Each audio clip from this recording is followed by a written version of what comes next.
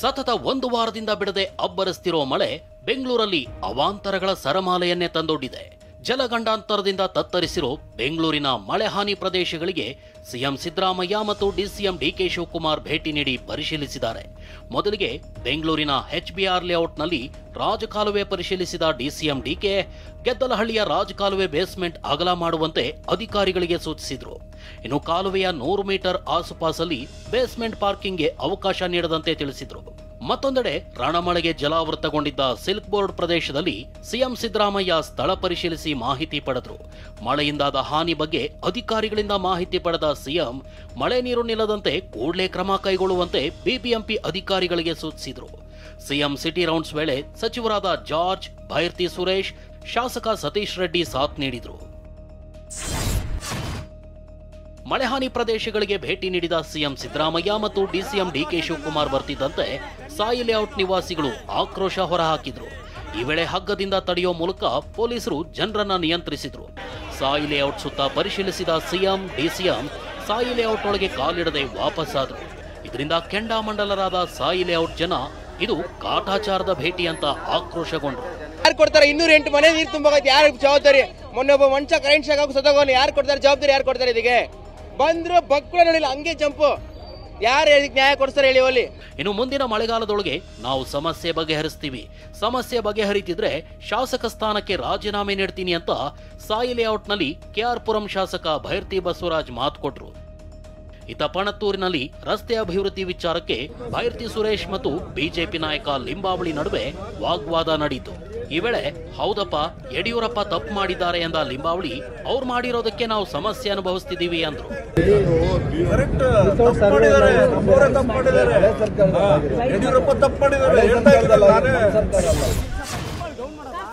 ನಗರದ ಹಲವು ಮಳೆ ಹಾನಿ ಪ್ರದೇಶಗಳಲ್ಲಿ ಪರಿಶೀಲನೆ ಬಳಿಕ ಸಿಎಂ ಸಿದ್ದರಾಮಯ್ಯ ಸುದ್ದಿಗೋಷ್ಠಿ ನಡೆಸಿ ಮಾಹಿತಿ ನೀಡಿದರು. ಒತ್ತುವರಿಯಾದ ರಾಜಕಾಲುವೆ ಮುಲಾಜಿಲ್ಲದೆ ತೆರವು ಮಾಡೋದಕ್ಕೆ ಹೇಳಿದ್ದೀನಿ. ಮಾನ್ಯತಾ ಟೆಕ್ ಪಾರ್ಕ್ ಸಿಇಒ ಅವರು ಸ್ವಂತ ರಸ್ತೆಯಲ್ಲಿ ಚರಂಡಿ ನಿರ್ಮಿಸಿ ಪರಿಹಾರ ಮಾಡ್ತೀವಿ ಅಂದಿದ್ದಾರೆ. ಇನ್ನು ಕಾಲುವೆ ಅಗಲೀಕರಣದಿಂದ ಸಾಯಿ ಲೇಔಟ್ಗೆ ನೀರು ನುಗ್ಗೋ ತಪ್ಪುತ್ತೆ. ಬೆಂಗಳೂರಿನ ಈ ಮಳೆ ಹಾನಿ ಸಮಸ್ಯೆಗೆ ಶಾಶ್ವತ ಪರಿಹಾರ ಮಾಡ್ತೀವಿ ಅಂತ ಸಿಎಂ ಸಿದ್ದರಾಮಯ್ಯ ಭರವಸೆ ನೀಡಿದ್ದಾರೆ. ಮಾನ್ಯತಾ ಟೆಕ್ ಪಾರ್ಕ್ನ ಸಿಇಒ ಅವರು ತಮ್ಮ ಸ್ವಂತ ರಸ್ತೆಯಲ್ಲಿ ಚರಂಡಿ ನಿರ್ಮಿಸಿ ಅದನ್ನು ಪರಿಹಾರ ಮಾಡಿಕೊಡ್ತೀವಿ ಅಂತ ಹೇಳಿದ್ದಾರೆ. ಆ ರೈಲ್ವೆ ಬ್ರಿಡ್ಜ್ ಹತ್ರ 2 ವೆಂಟ್ ಇದಾವಲ್ಲ, ಆ ವೆಂಟು ಅಗಲಾಗಿಲ್ಲ, ಬಹಳ ಚಿಕ್ಕದಾಗಿದ್ದಾವೆ. ಅದರಿಂದ ಅವು ದೊಡ್ಡದು ಮಾಡಬೇಕಾಗ್ತದೆ. ಅದನ್ನು ದೊಡ್ಡದು ಮಾಡಿದ್ರೆ ನೀರು ಸಲೀಸಾಗಿ ಹರ್ಕೊಂಡು ಹೋಗ್ತದೆ, ಮತ್ತೆ ನೀರು ವಾಪಸ್ ಬರೋದು, ಇದಕ್ಕೆ ಬರೋದು ಕೂಡ ತಪ್ಪಲಿಕ್ಕೆ ಸಾಧ್ಯ ಆಗ್ತದೆ. ಆಮೇಲೆ ಈ ಸಾಯಿ ಲೇಔಟ್ನಲ್ಲಿ ಮನೆಗಳಿಗೆ ನೀರು ನುಗ್ಗುತ್ತಲ್ಲ, ಅವು ತಪ್ಪಲಿಕ್ಕೆ ಸಾಧ್ಯ ಆಗ್ತದೆ.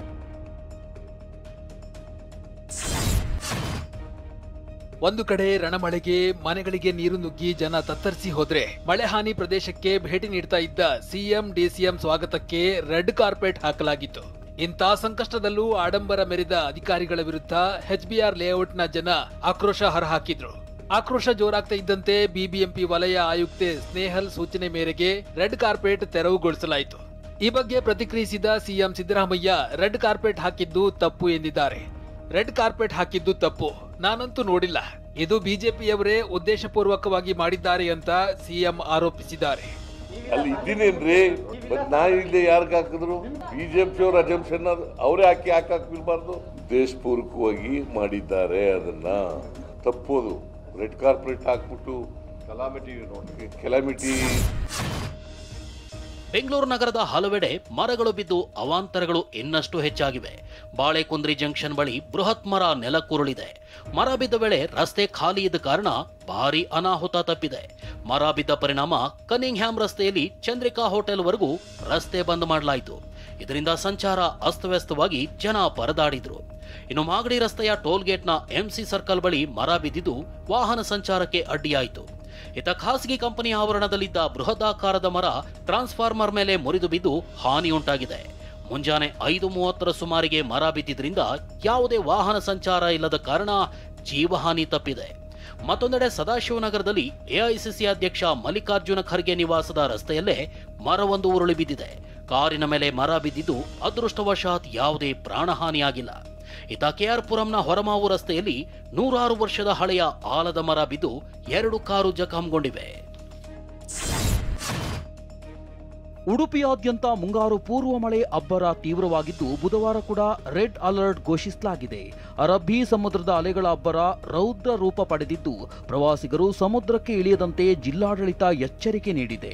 ಇನ್ನು ಆಳ ಸಮುದ್ರ ಮೀನುಗಾರಿಕೆಗೆ ತೆರಳಿದ ಮೀನುಗಾರರಿಗೆ ರೆಡ್ ಅಲರ್ಟ್ ಶಾಕ್ ಎದುರಾಗಿದ್ದು ಉಡುಪಿಯ ಮಲ್ಪೆ ಮೀನುಗಾರಿಕೆ ಬೋಟ್ ದಡ ಸೇರಲು ಹರಸಾಹಸ ಪಟ್ಟಿದೆ.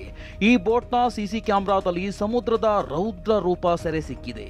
ಉಡುಪಿ ಜಿಲ್ಲೆಯಲ್ಲಿ 105 ಮಿಲಿಮೀಟರ್ ಸರಾಸರಿ ಮಳೆ ದಾಖಲಾಗಿದ್ದು ಬ್ರಹ್ಮಾವರದಲ್ಲಿ ಭರ್ತಿ 153 ಮಿಲಿಮೀಟರ್ ಮಳೆ ಅಬ್ಬರಿಸಿದೆ. ವರುಣಾರ್ಭಟಕ್ಕೆ ಬ್ರಹ್ಮಾವರ ಕುಂದಾಪುರ ಭಾಗದ 7 ಮನೆಗಳಿಗೆ ಹಾನಿಯಾಗಿ ಜನ ತತ್ತರಿಸಿದ್ದಾರೆ. ಇತ್ತ ಉತ್ತರ ಕನ್ನಡದ ಕಾರವಾರದಲ್ಲಿರೋ ಅಂಕೋಲಾ ಶಿರಸಿ ರಸ್ತೆಯಲ್ಲಿ ಗುಡ್ಡ ಕುಸಿತ ಸಂಭವಿಸಿದೆ. ಗುಡ್ಡದಂಚಿನ ಹೆದ್ದಾರಿ ಕೂಡ ದೊಡ್ಡ ಪ್ರಮಾಣದಲ್ಲಿ ಕುಸಿಯುವ ಆತಂಕವಿದ್ದು ಸುತ್ತಮುತ್ತಲ ನಿವಾಸಿಗಳನ್ನು ಸ್ಥಳಾಂತರಿಸಲು ಸೂಚಿಸಲಾಗಿದೆ. ಮುಂಜಾಗ್ರತಾ ಕ್ರಮವಾಗಿ ಮಿರ್ಜಾನ ಕತಗಾಲ್ ರಸ್ತೆಯನ್ನ ಬಂದ್ ಮಾಡಲಾಗಿದೆ. ನದಿಯಂತಾದ ಹೆದ್ದಾರಿಗಳು, ಏರ್ಪೋರ್ಟ್ಗೆ ನುಗ್ಗಿರೋ ಮಳೆ ನೀರು, ಬೋಟ್ ಏರಿ ಪ್ರಯಾಣಿಸುವ ಮೂಲಕ ಆಕ್ರೋಶ ಹೊರಹಾಕ್ತಿರೋ ಜನ. ಮಹಾರಾಷ್ಟ್ರದ ಪುಣೆಯಲ್ಲಿ ಕಂಡುಬಂದ ಮಹಾ ಅವಾಂತರಗಳಿವು. ರಣಮಳೆಗೆ ಪುಣೆಯ ಬಹುತೇಕ ಹೆದ್ದಾರಿಗಳು ಜಲಾವೃತವಾಗಿದ್ದು ಪ್ರಯಾಣಿಸಲಾಗದೆ ಜನ ತತ್ತರಿಸಿದ್ದಾರೆ. ವಿಮಾನ ನಿಲ್ದಾಣಕ್ಕೂ ನೀರು ನುಗ್ಗಿದ್ದು ಪ್ರಯಾಣಿಕರು ಪರದಾಡುವ ದುಸ್ಥಿತಿ ನಿರ್ಮಾಣವಾಗಿದೆ. ಪ್ರತಿ ಬಾರಿ ಮಳೆ ಬಂದಾಗ ಇದೇ ಅವ್ಯವಸ್ಥೆ ಅಂತ ಜನ ಮಹಾರಾಷ್ಟ್ರ ಸರ್ಕಾರಕ್ಕೆ ಹಿಡಿ ಶಾಪ ಹಾಕಿದ್ದಾರೆ. ಬಿಡದೆ ಸುರಿಯುತ್ತಿರೋ ಮಳೆ ಅಬ್ಬರಕ್ಕೆ ಪುಣೆಯಲ್ಲಿ ಕಿಲೋಮೀಟರ್ ಗಟ್ಟಲೆ ಟ್ರಾಫಿಕ್ ಜಾಮ್ ಉಂಟಾಗಿದೆ. ಗಂಟೆಗಟ್ಟಲೆ ರಸ್ತೆಯಲ್ಲಿ ಸಿಲುಕಿ ವಾಹನ ಸವಾರರು ತತ್ತರಿಸಿದ್ದಾರೆ. ಬೇಸತ್ತ ಐಟಿ ಕಂಪನಿಗಳ ಉದ್ಯೋಗಿಗಳು ವರ್ಕ್ ಫ್ರಂ ಹೋಮ್ ಘೋಷಿಸುವಂತೆ ಸರ್ಕಾರಕ್ಕೆ ಮನವಿ ಮಾಡಿದ್ದಾರೆ. ಮತ್ತೊಂದೆಡೆ ಮುಂಬೈನಲ್ಲೂ ಮಳೆಯ ಆರ್ಭಟ ಜೋರಾಗ್ತಿದ್ದು ಇನ್ನೂ 2 ದಿನ ಮಳೆ ತೀವ್ರವಾಗಲಿದೆಯಂತ ಹವಾಮಾನ ಇಲಾಖೆ ಆರೆಂಜ್ ಅಲರ್ಟ್ ಘೋಷಿಸಿದೆ. ಕರ್ನಾಟಕ, ಗೋವಾ, ಮಹಾರಾಷ್ಟ್ರ, ತಮಿಳುನಾಡಿನಲ್ಲಿ ಮುಂಗಾರು ಪ್ರವೇಶಕ್ಕೂ ಮೊದಲೇ ಮಳೆ ಅಬ್ಬರಿಸಿದೆ. ಈ ಮಧ್ಯೆ ಕೇರಳದಲ್ಲಿ ಮುಂಗಾರು ಪ್ರವೇಶಕ್ಕೆ ದಿನಗಣನೆ ಆರಂಭವಾಗಿದೆ. ಪಶ್ಚಿಮ ಬಂಗಾಳದಲ್ಲೂ ನಾಳೆ ಮಳೆ ಅಬ್ಬರಿಸಿ ಬೊಬ್ಬಿರಿಯುವ ಸಾಧ್ಯತೆ ಇದೆ. ಕೇರಳ ರಾಜ್ಯಕ್ಕೆ ಮುಂದಿನ 4-5 ದಿನಗಳಲ್ಲಿ ಮುಂಗಾರು ಪ್ರವೇಶವಾಗಲಿದೆ. ಈ ಹಿನ್ನೆಲೆ ಹವಾಮಾನ ಇಲಾಖೆ ಮೇ 21ರಿಂದ ಮೇ 24ರವರೆಗೆ ಕೇರಳದ ಹಲವು ಜಿಲ್ಲೆಗಳಲ್ಲಿ ಆರೆಂಜ್ ಮತ್ತು ಯೆಲ್ಲೋ ಅಲರ್ಟ್ ಘೋಷಿಸಿದೆ. ಕಣ್ಣೂರು, ಕಾಸರಗೋಡು, ಕೋಯಿಕೋಡ್, ವಯನಾಡು ಜಿಲ್ಲೆಗಳಲ್ಲಿ ಹೆಚ್ಚಿನ ಮಳೆಯಾಗುವ ಸಾಧ್ಯತೆ ಇದೆ. ಇತ್ತ ಪಶ್ಚಿಮ ಬಂಗಾಳದ ಹಲವು ಜಿಲ್ಲೆಗಳಲ್ಲಿ ಮೇ 22ರಂದು ಭಾರೀ ಮಳೆಯಾಗಲಿದೆ ಅಂತ ಹವಾಮಾನ ಇಲಾಖೆ ಹೇಳಿದೆ. ಉತ್ತರ ಬಂಗಾಳದ ಡಾರ್ಜಿಲಿಂಗ್, ಕಲಿಪೋಂಗ್, ಜಲ್ಪಾಯುಗಿರಿ, ಅಲಿಪುರ್ದೌರ್, ಕೂಚ್ ಬೆಹರ್, ಮಾಲ್ಡಾ, ಉತ್ತರ ದಿನಾಜ್ಪುರ್ ಜಿಲ್ಲೆಗಳಲ್ಲಿ ಗುರುವಾರ ಭಾರೀ ಮಳೆಯ ನಿರೀಕ್ಷೆ ಇದೆ. ಗೃಹ ಸಚಿವ ಡಾಕ್ಟರ್ ಜಿ ಪರಮೇಶ್ವರ್ಗೆ ಇಡಿ ಶಾಕ್ ಕೊಟ್ಟಿದೆ. ಪರಮೇಶ್ವರ್ ಒಡೆತನದ ಸಿದ್ಧಾರ್ಥ ಶಿಕ್ಷಣ ಸಂಸ್ಥೆಗಳ ಮೇಲೆ ಇಡಿ ಅಧಿಕಾರಿಗಳು ದಾಳಿ ನಡೆಸಿದ್ದಾರೆ. ತುಮಕೂರಿನ ಹೆಗ್ಗರೆ ಬಳಿಯ Siddhartha medical college, Kyathasandra toll ಬಳಿ ಇರುವ HMSIT ಇಂಜಿನಿಯರಿಂಗ್ ಕಾಲೇಜು ಹಾಗೂ ನೆಲಮಂಗಲದ ಟಿ ಬೇಗೂರು ಬಳಿ ಇರುವ ಸಿದ್ಧಾರ್ಥ ವೈದ್ಯಕೀಯ ಸಂಶೋಧನಾ ಸಂಸ್ಥೆ ಟಿ ಬೇಗೂರಿನಲ್ಲಿರುವ ಕಾಲೇಜಿನ ಮೇಲೆ ಇಡಿ ದಾಳಿ ನಡೆಸಿದೆ. 22 ಇನೋವಾ ಕಾರ್ನಲ್ಲಿ ಎಂಟ್ರಿ ಕೊಟ್ಟ 40ಕ್ಕೂ ಹೆಚ್ಚು ಅಧಿಕಾರಿಗಳು ಪರಮೇಶ್ವರ್ ಒಡೆತನದ ಕಾಲೇಜುಗಳಲ್ಲಿ ಪರಿಶೀಲನೆ ನಡೆಸಿದ್ದಾರೆ. ನೇರವಾಗಿ ಕಾಲೇಜಿನ ಆಡಳಿತ ಮಂಡಳಿ ವಿಭಾಗಕ್ಕೆ ತೆರಳಿ ದಾಖಲೆ ಪರಿಶೀಲಿಸಿದ್ದಾರೆ. ಇನ್ನು 2019ರಲ್ಲೂ ವೈದ್ಯಕೀಯ ಸೀಟು ಅಕ್ರಮ ಮಾರಾಟ ಸಂಬಂಧ ಐಟಿ ದಾಳಿ ನಡೆಸಿತ್ತು. ಈ ವೇಳೆ ಡಾಕ್ಟರ್ ಜಿ ಪರಮೇಶ್ವರ್ ಆಪ್ತ ಆತ್ಮಹತ್ಯೆಗೆ ಶರಣಾಗಿದ್ದ. ಬಳಿಕ ಐಟಿ ಅಧಿಕಾರಿಗಳು ದಾಳಿ ಮುಕ್ತಾಯಗೊಳಿಸಿದ್ರು. ಗೃಹ ಸಚಿವ ಡಾಕ್ಟರ್ ಜಿ ಪರಮೇಶ್ವರ್ಗೆ ಸೇರಿದ ಶಿಕ್ಷಣ ಸಂಸ್ಥೆಗಳ ಮೇಲೆ ಇಡಿ ದಾಳಿ ಬೆನ್ನಲ್ಲೇ ವಿಪಕ್ಷ ನಾಯಕ ಆರ್ ಅಶೋಕ್ ಸ್ಫೋಟಕ ಹೇಳಿಕೆ ನೀಡಿದ್ದಾರೆ. ಚಿನ್ನ ಕಳ್ಳಸಾಗಣೆ ಕೇಸ್ನಲ್ಲಿ ಬಂಧನಕ್ಕೆ ಒಳಗಾಗಿರುವ ರನ್ಯಾ ರಾವ್ ವಿದೇಶದಿಂದ ಚಿನ್ನವನ್ನ ತಂದು ಪ್ರಮುಖರಿಗೆ ಕೊಟ್ಟಿರುವುದು ತನಿಖೆಯಿಂದ ಹೊರಬಂದಿದೆ. ಆ ಹಣವನ್ನ ಸಿದ್ಧಾರ್ಥ ಸಂಸ್ಥೆಯಲ್ಲಿ ಹೂಡಿಕೆ ಮಾಡಿದ್ದಾರೆ ಎಂಬ ಮಾಹಿತಿ ಇಡಿಗೆ ಇರಬಹುದು ಎಂದಿದ್ದಾರೆ. ರನ್ಯಾ ರಾವ್ ವಿದೇಶದಿಂದ ಗೋಲ್ಡ್ ಅನ್ನ ತಂದು, ಚಿನ್ನವನ್ನು ತಂದು ಇಲ್ಲಿ ಹಲವಾರು ಪ್ರಮುಖರಿಗೆ ಕೊಟ್ಟಿರುವಂಥದ್ದು ಈಗಾಗಲೇ ತನಿಖೆಯಿಂದ ಹೊರಬಂದಿದೆ. ಈಗ ಆ ಒಂದು ಹಣ ಸಿದ್ಧಾರ್ಥ ಎಜುಕೇಷನ್ ಸಂಸ್ಥೆಯಲ್ಲಿ ಹೂಡಿಕೆ ಮಾಡಿದ್ದಾರೆ ಅಂತ ಅವ್ರು ಮೋಸ್ಟ್ಲಿ ಇನ್ಫಾರ್ಮೇಷನ್ ಇರ್ಬೋದು. ಗೃಹ ಸಚಿವ ಪರಮೇಶ್ವರ್ ಒಡೆತನದ ಶಿಕ್ಷಣ ಸಂಸ್ಥೆಗಳ ಮೇಲೆ ಇಡಿ ದಾಳಿ ಸಂಬಂಧ ರಾಜ್ಯ ಕಾಂಗ್ರೆಸ್ ಉಸ್ತುವಾರಿ ರಣದೀಪ್ ಸಿಂಗ್ ಸುರ್ಜೇವಾಲಾ ಟ್ವೀಟ್ ಮಾಡಿದ್ದಾರೆ. ಎಸ್ಸಿ ಎಸ್ಟಿ ಹಾಗೂ ಒಬಿಸಿ ನಾಯಕರ ಮೇಲೆ ಬಿಜೆಪಿ ದಾಳಿ ನಿರಂತರವಾಗಿದೆ ಎಂದಿದ್ದಾರೆ. ನಿನ್ನೆ ಹೊಸಪೇಟೆಯಲ್ಲಿ ಕಾಂಗ್ರೆಸ್ ಸರ್ಕಾರ 1 ಲಕ್ಷಕ್ಕಿಂತ ಹೆಚ್ಚು ಪರಿಶಿಷ್ಟ ಜಾತಿ ಪರಿಶಿಷ್ಟ ಪಂಗಡಗಳಿಗೆ ಭೂ ಮಾಲೀಕತ್ವವನ್ನ ನೀಡಿದ್ದನ್ನ ಸಹಿಸದ ಬಿಜೆಪಿ ಕರ್ನಾಟಕದ ಅತಿದೊಡ್ಡ ದಲಿತ ನಾಯಕರಲ್ಲಿ ಒಬ್ಬರಾದ ಕರ್ನಾಟಕದ ಗೃಹ ಸಚಿವರಾದ ಡಾಕ್ಟರ್ ಜಿ ಪರಮೇಶ್ವರ್ ಅವರ ಶಿಕ್ಷಣ ಸಂಸ್ಥೆಗಳ ಮೇಲೆ ದುರುದ್ದೇಶಪೂರಿತ ಇಡಿ ದಾಳಿ ನಡೆಸಿದೆ. ಭಾರತದ ಸಂವಿಧಾನ ಮತ್ತು ಎಸ್ಸಿ ಎಸ್ಟಿ ಒಬಿಸಿ ಸಮುದಾಯಗಳ ನಾಯಕರ ಮೇಲೆ ದೇಶಾದ್ಯಂತ ನಡೆಯುತ್ತಿರುವ ನಿರಂತರ ದಾಳಿ ಒಂದು ರೀತಿ ರೂಢಿಯಾಗ್ಬಿಟ್ಟಿದೆ. ಡಾಕ್ಟರ್ ಪರಮೇಶ್ವರ್ ಅವರ ಮೇಲಿನ ದಾಳಿ ಕೂಡ ಇದೇ ದುಷ್ಟ ಮಾದರಿಯದ್ದು. ಬೆಂಗಳೂರು ಗ್ರಾಮಾಂತರ ಜಿಲ್ಲೆ ಆನೇಕಲ್ ತಾಲೂಕಿನ ಚಂದಾಪುರ ಎಸ್ಬಿಐ ಶಾಖೆಯ ಮ್ಯಾನೇಜರ್ ಕನ್ನಡಕ್ಕೆ ಅಪಮಾನ ಮಾಡಿದ್ದಾಳೆ. ಕನ್ನಡದಲ್ಲಿ ಮಾತಾಡಿ ಅಂದಿದ್ದಕ್ಕೆ ನೀವೇನ್ ಕೆಲಸ ಕೊಟ್ಟಿದ್ದೀರಾ, ಯಾಕೆ ಮಾತನಾಡಬೇಕು, ಹಿಂದಿ ಇಂಗ್ಲಿಷ್ ಮಾತ್ರ ಮಾತಾಡ್ತೀವಿ ಅಂತ ಧಿಮಾಕು ತೋರಿದಾಳೆ. ಮಾತಾಡೋದೇ ಇಲ್ವಾ? ಯಾಕೆ ಮಾತಾಡೋದಿಲ್ಲ? ಯಾಕೆ ಹಿಂದಿ ಮಾತಾಡ್ಬೇಕು? ಕನ್ನಡ ಮಾತಾಡ್ಬೇಕಲ್ಲ ಮೇಡಮ್? ಕನ್ನಡ ಮೇಡಮ್ ಇದು ಕರ್ನಾಟಕ. ಎಸ್ಬಿಐ ಮ್ಯಾನೇಜರ್ ಕನ್ನಡಕ್ಕೆ ಅಪಮಾನ ಮಾಡಿದ ವಿಡಿಯೋ ವೈರಲ್ ಆಗ್ತಾ ಇದ್ದಂತೆ ಚಂದಾಪುರ ಎಸ್ಬಿಐ ಶಾಖೆ ಮುಂದೆ ಪ್ರತಿಭಟನೆ ನಡೆಸಲಾಯಿತು. ಇನ್ನು ಕನ್ನಡಿಗರ ಆಕ್ರೋಶಕ್ಕೆ ಗುರಿಯಾದ ಮ್ಯಾನೇಜರ್ ಅನ್ನ ಹೊರ ರಾಜ್ಯಕ್ಕೆ ವರ್ಗಾವಣೆ ಮಾಡಲಾಗಿದೆ. ಈ ಸಂಬಂಧ ಟ್ವೀಟ್ ಮಾಡಿದ ಸಿಎಂ ಸಿದ್ದರಾಮಯ್ಯ ಕನ್ನಡ ಇಂಗ್ಲಿಷ್ ಮಾತನಾಡುವುದನ್ನ ವಿರೋಧಿಸಬಾರದು ಎಂದಿದ್ದಾರೆ.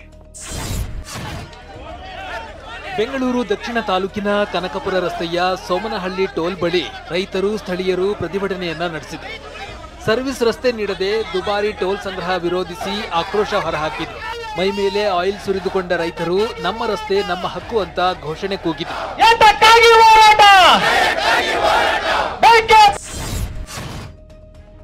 ಬಿಜೆಪಿ ಶಾಸಕ ಮುನಿರತ್ನ ವಿರುದ್ಧ ಮತ್ತೊಂದು ಅತ್ಯಾಚಾರ ಕೇಸ್ ನಡಿ ಎಫ್ಐಆರ್ ದಾಖಲಿಸಲಾಗಿದೆ. ಬಿಜೆಪಿ ಕಾರ್ಯಕರ್ತೆ ನೀಡಿದ ದೂರು ಆಧರಿಸಿ ಬೆಂಗಳೂರಿನ ಆರ್ಎಂಸಿ ಯಾರ್ಡ್ ಪೊಲೀಸ್ ಠಾಣೆಯಲ್ಲಿ ಎಫ್ಐಆರ್ ದಾಖಲಿಸಲಾಗಿದೆ. ಮುನಿರತ್ನ ಬೆಂಬಲಿಗರಾದ ವಸಂತ, ಚನ್ನಕೇಶವ, ಕಮಲಾ ವಿರುದ್ಧ ಎಫ್ಐಆರ್ ದಾಖಲಾಗಿದೆ. 2013ರಲ್ಲಿ ಜೆಪಿ ಪಾರ್ಕ್ನ ಶಾಸಕರ ಕಚೇರಿಯಲ್ಲಿ ಸಾಮೂಹಿಕ ಅತ್ಯಾಚಾರ ನಡೆದಿದೆ. ಅಪರಿಚಿತನಿಂದ ಇಂಜೆಕ್ಷನ್ ತರಿಸಿ ಇಂಜೆಕ್ಷನ್ ಮಾಡಿದ್ದಾರೆ. ಇಂಜೆಕ್ಷನ್ ಇಂದ ನನಗೆ ಇಡಿಆರ್ ಕಾಯಿಲೆ ಬಂದಿದೆ, ಇದರಿಂದ ಮನನೊಂದು ಆತ್ಮಹತ್ಯೆಗೆ ಯತ್ನಿಸಿದ್ದೆ ಎಂದು ಮಹಿಳೆ ಆರೋಪಿಸಿದ್ದಾಳೆ. ಐಪಿಸಿ ಸೆಕ್ಷನ್ 376ಡಿ, 270, 323, 354, 504, 506, 509, 34ರ ಅಡಿ ಕೇಸ್ ದಾಖಲಾಗಿದೆ. ದೆಹಲಿಯ ರೋಸ್ ಅವೆನ್ಯೂ ನ್ಯಾಯಾಲಯ ನ್ಯಾಷನಲ್ ಹೆರಾಲ್ಡ್ ಅಕ್ರಮ ಹಣ ವರ್ಗಾವಣೆ ಪ್ರಕರಣದ ವಿಚಾರಣೆ ನಡೆಸಿದೆ.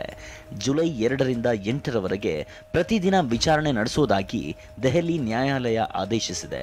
ರಾಹುಲ್ ಗಾಂಧಿ ಹಾಗೂ ಸೋನಿಯಾ ಗಾಂಧಿ ಸೇರಿದಂತೆ ಇತರರ ವಿರುದ್ಧ ಪ್ರಕರಣ ದಾಖಲಾಗಿತ್ತು. ರೈಲ್ವೆ ಟಿಕೆಟ್ಗಳ ಮೇಲೆ ಪ್ರಧಾನಿ ಮೋದಿ ಸೈನಿಕರಿಗೆ ನಮಿಸುವ ಚಿತ್ರ ಪ್ರಕಟಿಸಲಾಗಿದೆ. ಈ ಬಗ್ಗೆ ಸಿಪಿಐಎಂ ಪಕ್ಷದ ನಾಯಕ ಹಾಗೂ ಹಿರಿಯ ವಕೀಲ ಬಿಕಾಸ್ ರಂಜನ್ ಭಟ್ಟಾಚಾರ್ಯ ಟೀಕೆ ಮಾಡಿದ್ದಾರೆ. ಇದು ನನಗೆ ಮೊದಲೇ ತಿಳಿದಿತ್ತು, ಮುಂಬರುವ ಚುನಾವಣೆಗಾಗಿ ಈ ರೀತಿ ಮಾಡಲಾಗ್ತಿದೆ ಎಂದಿದ್ದಾರೆ. ಆಪರೇಷನ್ ಸಿಂಧೂರ ಟೀಕಿಸಿ ಪೋಸ್ಟ್ ಮಾಡಿದ್ದ ಅಶೋಕ ವಿಶ್ವವಿದ್ಯಾಲಯದ ಪ್ರಾಧ್ಯಾಪಕ ಅಲಿ ಖಾನ್ ಮಹಮೂದಾಬಾದ್ಗೆ ಸುಪ್ರೀಂ ಕೋರ್ಟ್ ಮಧ್ಯಂತರ ಜಾಮೀನು ನೀಡಿದೆ. ಇದೇ ಮೊದಲ ಬಾರಿಗೆ ಕನ್ನಡದ ಕೃತಿಯೊಂದಕ್ಕೆ ಜಗತ್ತಿನ ಪ್ರತಿಷ್ಠಿತ ಇಂಟರ್ನ್ಯಾಷನಲ್ ಬೂಕರ್ ಪ್ರಶಸ್ತಿ ದೊರಕಿದೆ. ಕನ್ನಡದ ಖ್ಯಾತ ಲೇಖಕಿ ಬಾನು ಮುಸ್ತಾಕ್ ಇತಿಹಾಸ ಸೃಷ್ಟಿಸಿದ್ದಾರೆ. ಬಾನು ಅವರ ಹಾರ್ಟ್ ಲ್ಯಾಂಪ್ ಎಂಬ ಅನುವಾದಿತ ಕೃತಿಗೆ ಪ್ರತಿಷ್ಠಿತ ಬೂಕರ್ ಅವಾರ್ಡ್ ದೊರಕಿದೆ. ಬಾನು ಮುಸ್ತಾಕ್ ಹಸೀನಾ ಮತ್ತು ಇತರೆ ಕಥೆಗಳು ಎಂಬ ಕಥಾ ಸಂಕಲವನ್ನ ದೀಪಾ ಬಸ್ತಿ ಹಾರ್ಟ್ ಲ್ಯಾಂಪ್ ಮೂಲಕ ಇಂಗ್ಲಿಷ್ಗೆ ತಂದಿದ್ದಾರೆ. ಬಾನು ಮುಸ್ತಾಕ್ಗೆ ಪ್ರತಿಷ್ಠಿತ ಬೂಕರ್ ಪ್ರಶಸ್ತಿ ಒಲಿಯುತ್ತಿದ್ದಂತೆ ಹಾಸನದಲ್ಲಿರುವ ಬಾನು ಮನೆಯಲ್ಲಿ ಸಂಭ್ರಮ ಮನೆ ಮಾಡಿದೆ. ಪತಿ ಮುಷ್ತಾಕ್, ಪುತ್ರ ತಾಹೇರ್, ಸೊಸೆ ಆಯಿಷಾ, ಮೊಮ್ಮಕ್ಕಳು ಖುಷಿ ವ್ಯಕ್ತಪಡಿಸಿದ್ದಾರೆ. ಬಾನು ಪುತ್ರ, ಇದು ನಮ್ಮ ನಾಡಿಗೆ ಹೆಮ್ಮೆಯ ವಿಚಾರ ಎಂದಿದ್ದಾರೆ. ಈ ಕ್ಷಣದಲ್ಲಿ ತುಂಬಾ ಒಂದು ಹೆಮ್ಮೆ ಅನಿಸ್ತಿದೆ, ಒಂದು ಖುಷಿಯ ವಿಷಯ. ಲೇಖಕಿ ಬಾನು ಮುಸ್ತಾಕ್ ಹಾಗೂ ಅನುವಾದಕಿ ದೀಪಾ ಬಸ್ತಿಗೂ ಸಿಎಂ ಸಿದ್ದರಾಮಯ್ಯ ಟ್ವೀಟ್ ಮೂಲಕ ಅಭಿನಂದಿಸಿದ್ದಾರೆ. ಮೂಲತಃ ಹಾಸನದವರೇ ಆದ ಬಾನು ಮುಸ್ತಾಕ್ 8ನೇ ವಯಸ್ಸಿನಲ್ಲಿ ಕನ್ನಡ ಭಾಷೆಯ ಮಿಷನರಿ ಶಾಲೆಗೆ ಸೇರಿದ್ರು. ಬಿಎಸ್ಸಿ LLB ವರೆಗೂ ತಮ್ಮ ವ್ಯಾಸಂಗ ಮಾಡಿದ್ದ ಬಾನು ಲಂಕೇಶ್ ಪತ್ರಿಕೆಯಲ್ಲಿ ಜಿಲ್ಲಾ ವರದಿಗಾರರಾಗಿ 9 ವರ್ಷ ಸೇವೆ ಸಲ್ಲಿಸಿದ್ದಾರೆ. ಈ ವೇಳೆ ಪತ್ರಿಕೆಯಲ್ಲಿ ಸಣ್ಣ ಕಥೆ, ಅಂಕಣಗಳನ್ನು ಬರೆದು ಜನಪ್ರಿಯರಾಗಿದ್ರು. ಬಾನು ಸಾಮಾಜಿಕ ಕಾರ್ಯಕರ್ತೆ, ಮಹಿಳಾ ಪರ ಹೋರಾಟಗಾರ್ತಿ, ಪ್ರಗತಿಪರ ಚಿಂತಕಿಯೂ ಹೌದು. ಅನುವಾದಕಿ ದೀಪಾ ಬಸ್ತಿ ಕನ್ನಡ ಮೂಲದ ಇಂಗ್ಲಿಷ್ ಪತ್ರಕರ್ತೆ. ಬಾನು ಮುಷ್ತಾಕ್ ಅವರ ಹಸೀನಾ ಮತ್ತು ಇತರ ಕಥೆಗಳನ್ನ ಇಂಗ್ಲಿಷ್ಗೆ ಹಾರ್ಟ್ ಲ್ಯಾಂಪ್ ಆಗಿ ಅನುವಾದಿಸಿದ ಕೀರ್ತಿ ದೀಪಾಗೆ ಸಂದಿದೆ. ಸಿಎಂ ಸಿದ್ದರಾಮಯ್ಯ ನೇತೃತ್ವದ ರಾಜ್ಯ ಸರ್ಕಾರ ಆಂಧ್ರಪ್ರದೇಶಕ್ಕೆ 4 ಕುಮ್ಕಿ ಆನೆಗಳನ್ನು ಹಸ್ತಾಂತರ ಮಾಡಿದೆ. ವಿಧಾನಸೌಧ ಮುಂಭಾಗದ ಭವ್ಯ ಮೆಟ್ಟಿಲುಗಳ ಮೇಲೆ ಹಸ್ತಾಂತರ ಕಾರ್ಯಕ್ರಮ ನಡೆದಿದೆ. ಈ ವೇಳೆ ಮಾತನಾಡಿದ ಆಂಧ್ರ ಡಿಸಿಎಂ ಪವನ್ ಕಲ್ಯಾಣ್ ತಮ್ಮ ಬೇಡಿಕೆ ಮೇರೆಗೆ ಆನೆಗಳನ್ನು ನೀಡಿದ್ದಕ್ಕಾಗಿ ಮುಖ್ಯಮಂತ್ರಿ ಮತ್ತು ಸಚಿವರಿಗೆ ಧನ್ಯವಾದ ಹೇಳಿದ್ದಾರೆ.